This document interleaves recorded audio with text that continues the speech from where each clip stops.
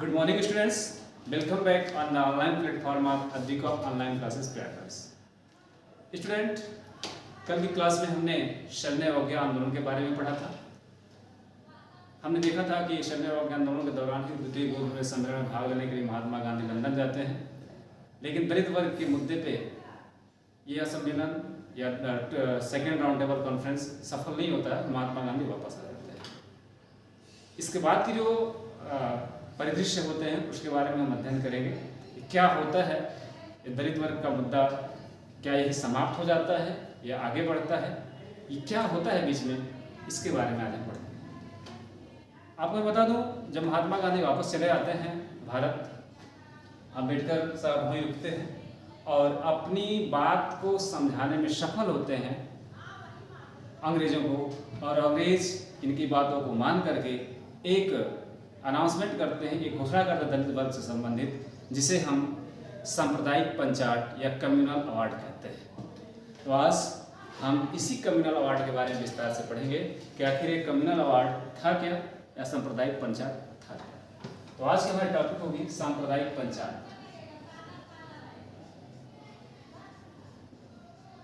सांप्रदायिक पंचाट या जिसे अंग्रेजी में कम्युनल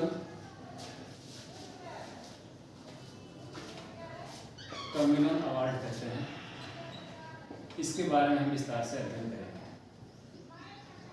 आपको पता है उस समय ब्रिटिश प्रधानमंत्री रैमजे मैकडोनाल्ड थे। प्रधानमंत्री कौन थे? रैमजे मैकडोनाल्ड, जिन्होंने सांप्रदायिक पंचायत की घोषणा की। डेट आपको बता दो, 16 अगस्त 1932 की बात है। 16 अगस्त 1932 को सांप्रदायिक पंचायत की घोषणा की जाती है, जो कि दलित वर्ग से संबंधित है। ये भी ध्यान रखिएगा, यह किससे संबंधित है? दलित वर्ग से संबंधित है।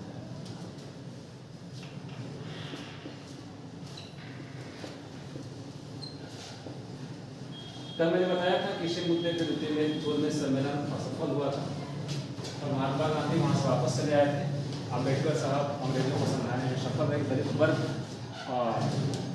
शोषित वर्ग है, दमित वर्ग है, इसके उत्थान के लिए कुछ हमारी मांगे हैं, उसको मान लिया जाए। और उसी को ध्यान रखते हुए हमने महिलाओं में 16 अगस्त 1932 को कम्युनल अवार्ड जारी किया था, सांप्रदायिक पंचाट कहते हैं। सांप्रदायिक पंचाट की घोषणा होते ही महात्मा गांधी आमरण अनशन में बैठ जाते हैं और महात्मा गांधी का पहला आमरण अनशन होता है भारतीय राजनीति में।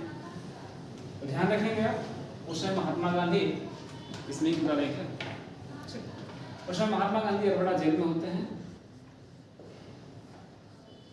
और अरोड़ा जेल में ही महात्मा गांधी आमरण अनशन शुरू कर देते हैं।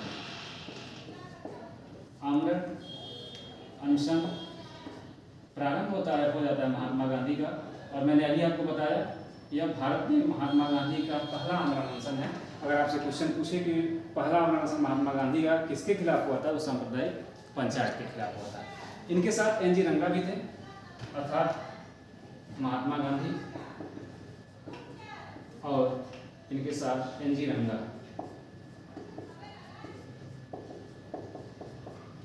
इन दोनों ने इस कम्युनल अवार्ड के खिलाफ नरवड़ा जेल में ही आमरण अनशन शुरू कर दिया था।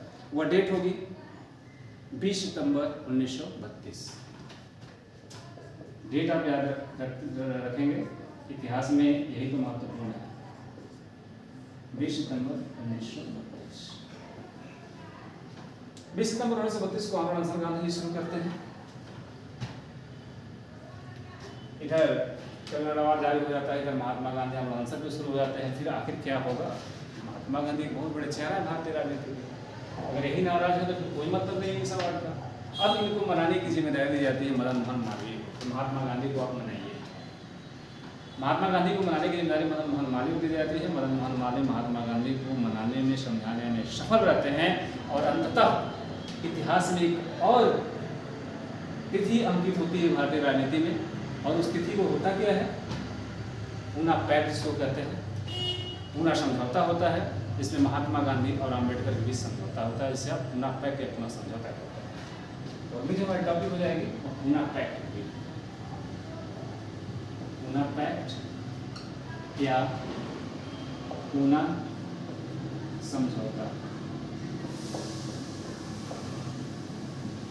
इसको ऊपर करते थे, इस जगह समझ में आ गई तो इसको इरेज करें और पूना समझौता आप ऊपर लिख सकते हैं। इससे समझ में आ गई, चलिए इसको ऊपर लिए चलेंगे क्योंकि पूना पे थोड़ा सा बड़ा हो जाएगा। पूना समझौता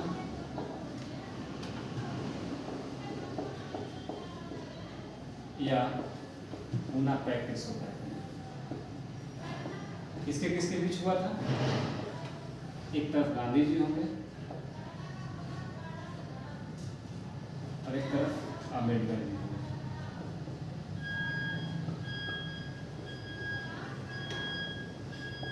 मुद्दा क्या है? दलित वर्ग।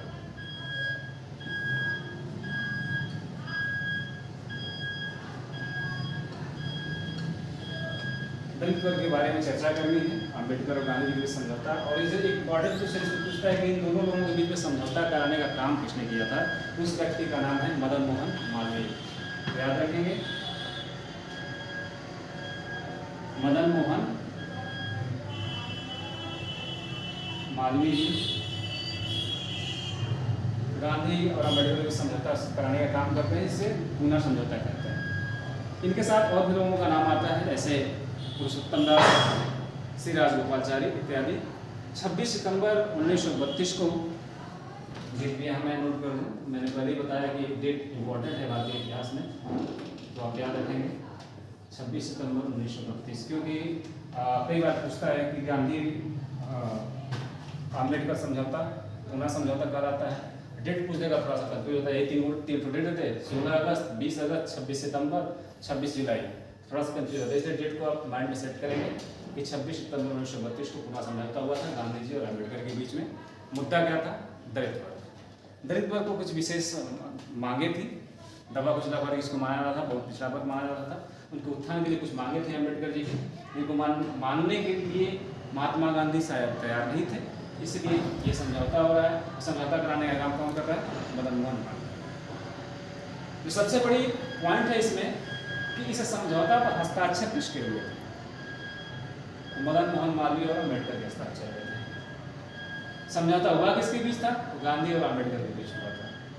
फिर से ध्यान दीजिएगा, पूरा समझौता किसके किसके बीच हो रहा है? गांधी जी और अम्बेडकर जी के बीच में। लेकिन इसमें हस्ताक्षर कौन कर रहा है? मदन मोहन मालवीय गांधी जी की तरफ से और अम्बेडकर जी। इसमें हस्ताक्षर किसका नहीं है? तो गांधी जी। ठीक, कोई दिक्कत आई थिंक नहीं होनी चाहिए। फिर से मैं क्लियर कर दूं, पूरा समझौता गांधी जी और अम्बेडकर के बीच समझौता है। इस पर हस्ताक्षर गांधी जी का नहीं मिलता है, इस पर हस्ताक्षर मदन मोहन मालवीय और अम्बेडकर ने किया था। मुद्दा दलित वर्ग। इसमें हुआ क्या? इस समझौते में किस बात पर सहमति बनी, उसके बारे में आप जानेंगे। इसमें जो है कुछ सीटें पूना समझौते के माध्यम से, कुछ सीटें प्रांतीय विधानसभा में और केंद्रीय विधानसभा में बात की गई। दो चीजें हैं, आरक्षित कर दी जाती हैं। यहाँ हम प्रांतीय विधानसभा की बात करेंगे। प्रांतीय विधानसभा में क्या हुआ और केंद्रीय विधानसभा में क्या हुआ।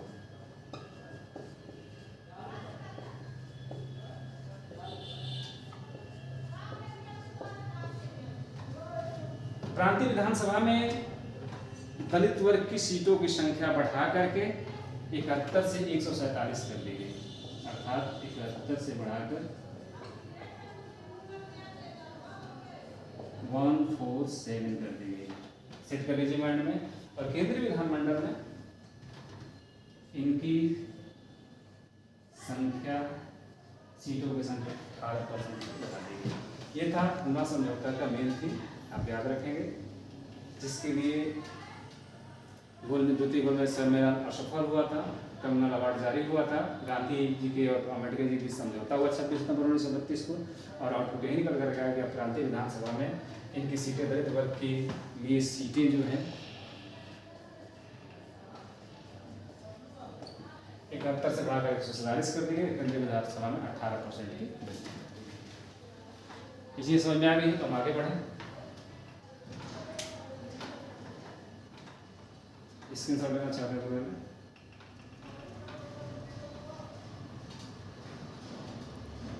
चलिए, अब पूना समझौते के बाद दलित वर्ग के उत्थान के लिए कुछ संस्थाएं स्थापित की गई हैं जो भारतीय इतिहास में बार बार आपसे पूछी जाती हैं, बार बार आप कंफ्यूज हो जाते हैं। उसको मैं आपको क्लियर कर दूँ कि आज के बाद आपसे गलत नहीं होगा। दलित वर्ग से संबंधित प्रमुख संस्थाएं, दलित वर्ग से संबंधित प्रमुख संस्थाएं। पूना समझौते के बाद महात्मा गांधी ने दलित वर्ग के उत्थान के लिए एक संस्था का गठन 1932 में किया था, जिसका नाम है अखिल भारतीय अस्पृश्यता विरोधी लीग। अखिल भारतीय अस्पृश्यता विरोधी लीग। नाम एकदम याद रखेंगे, कंठस्थ रखेंगे, कहीं से कोई दिक्कत नहीं होनी चाहिए। बार बार ये क्वेश्चन पूछता है, इसलिए मैं इसको बताना उचित समझा हूँ। अखिल भारतीय अस्पृश्यता विरोधी लीग का गठन कौन करेगा? गांधी जी। और इसी से मिलता जुलता नाम 3-4 और आपको मिलेंगे, मैं उसको भी बता दूं। एक अम्बेडकर जी की संस्था है, एक बाबू जगजीवन राम की संस्था है और एक MC रजा की संस्था है। तो दलित वर्गों का संघ स्थापित किया था, दलित वर्गों का संघ। ये बाबू जगजीवन राम है,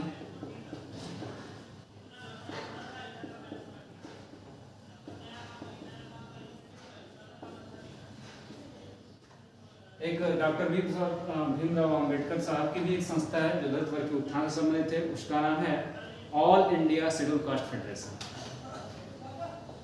all India scheduled caste federation,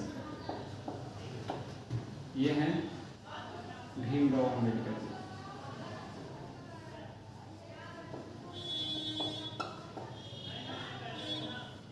इसी से मिलता जुलता एक नाम आपको मिलेगा, all India depressed class association. All India depressed class association, ये हो गया आपकी MC रजा की।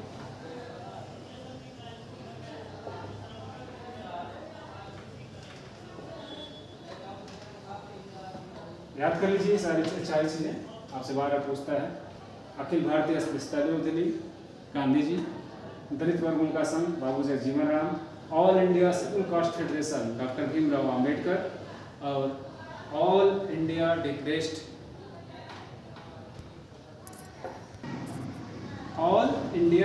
Class association MC Rajah. कई बार ये पूछता है कि इसका गठन कब हुआ है, तो आप याद रखेंगे कि जो अखिल भारतीय अस्पृश्यता लीग है, इसका गठन महात्मा गांधी ने 1932-33 में किया था, और जो लास्ट वाले है 1926 में हुआ था। 1926 से डेट नहीं पूछता है, बस इसी को याद रखेंगे। और आपको मैं बता दूं, अखिल भारतीय अस्पृश्यता लीग विरोधी लीग का नाम आगे चल करके हरिजन सेवक संघ रखा गया था। ये भी याद रखेंगे, यही नाम जो याद रखा हुआ था, हरिजन सेवक संघ। एक कोटेशन पूछता है महात्मा गांधी के बारे में, अम्बेडकर जी ने कहा था, महात्मा गांधी छठी भूत की तरह से भूल गाते हैं, अस्तक नहीं देखते हैं। ये कोटेशन भी आप याद रखिएगा, कई बार पूछा जा चुका है। तो आज हमने क्या देखा?